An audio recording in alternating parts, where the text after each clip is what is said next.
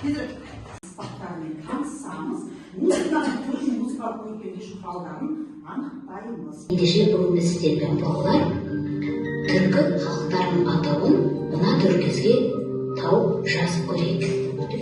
Салт, жора, әдет, ғұрып және ұлттық музыкалық дәстүрлермен тығыз байланыста дамып отыр. Туалықтарда музыкалық аспаптың 20-дан астам түрі сақталған. Олардың біразы Құдайға табыну кезінде діни салт жоралғылар мен сүйемелдеу үшін пайдаланылған. Музыкалық аспаптары олардың ішінде дошбұлыр, иегіл, чатаған, қобыз, домбыра, шор сияқты ұлттық аспаптары бар. Тыва халқында ежелден жақсы дамыған ол көмеймен ән салу өнері. Ендеше балалар біз сіздермен қазір тыва халқының көмеймен ән салуын тыңдап көрейік.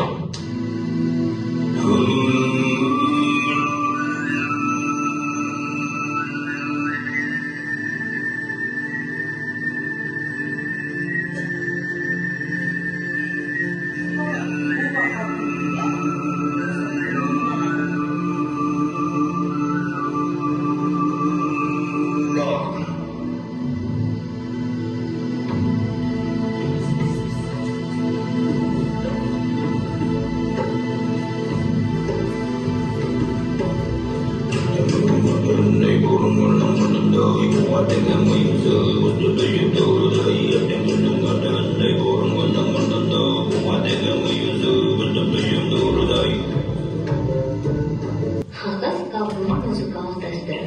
Хакастар түркі тілдес халықтардың бірі.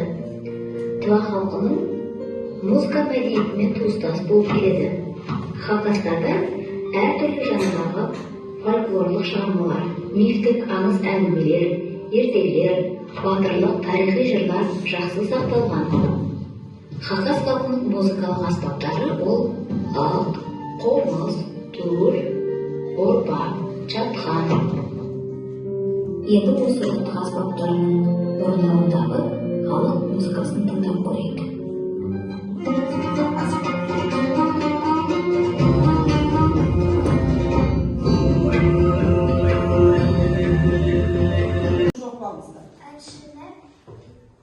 Әншілер ашы деп атайды. Кімдер? Қырғыздар. Дұрыс. Бұл балаларды қорғап жатқанымыз біз қырғыз тобы, қырғыздар несін қорғатсыңдар? Музыкалық салт дәстүрін қорғап жатыр. Жақсы. Сонда әншіні кім деп атайды екен дейді? Аршы деп атайды екен қырғыздар. Айырмашылық бар ма қазақтың? Тағы басқа айтыңыз. Қырғыздар жырлаудан қиналмайды. Не істеуден қиналмайды дейді? Жырлаудан.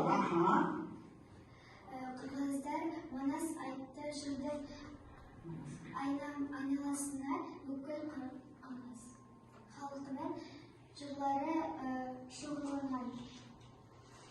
Қандай жырда дейді? Жыр қалай аталды? Манас деген жырда не дейді? Барлық қырғыздың тарихы жырланған, иә? Тағы басқа?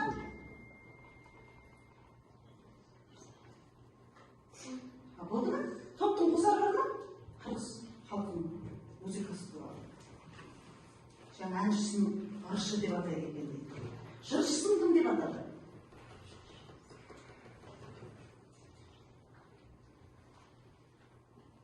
Балдар алып, жарайды. Қобыз, сыбызғы,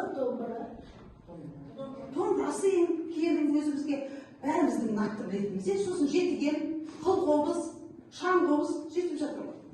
Болды ма, сіздер тағы айтарларыңыз бар ма? Топтың қосары бар ма? Қазақ музыкасына деген. Алла, жаңа өзіміз күйді жазып қойдық. Неге күйді жаздық? Ол домбырамен Ойналатын қандай шығарма? Несі жоқ? Осы айтасыздар. Сөзі жоқ, үлкен көлемді шығарма. Ал ән дейтін болса, ол қандай шығарма? Аяғы музыкамыз, осыны шығарып қоймаймыз. Сөзі бар, тағы несі бар? Музыкасы бар. Әні, дұрыс қазақша әніміз көбісімізге бар. Шығарманы біз әнді өтеміз. Осы әнді орындайтын адамды кім деп айтамыз? Әнші деп айтамыз. Өте жақсы. Тағы да не айтамыз? Қандай Жазатын адамды кім деп айтушы еді? Дұрыс, аяу, даусын шығар, ақын, авторы дұрыс. Әннің авторы деп кім деп айтушы еді? Сөзін жазатын адамды кім деуші еді?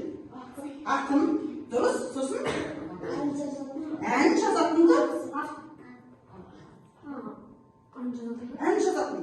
Әннің жазатын адамды. Сөзін жазатын ақын, дұрыс, композитор. Сонда композитор мен ақын қосылып, әннің авторы.